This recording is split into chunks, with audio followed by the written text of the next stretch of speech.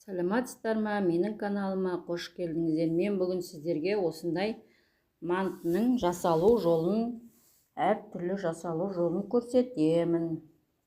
Оған керекті ұным, паршым, картоп, жуа, жұмыртқа, бұрыш.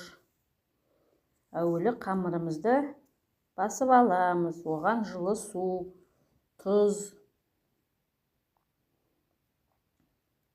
бір дана жұмыртқа,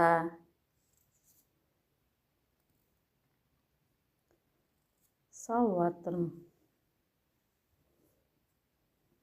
Енді осыған 1-2 қасық сұйық май қосамыз.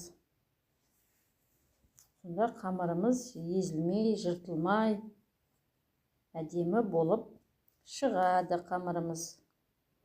Енді осыдан қамыр басамыз.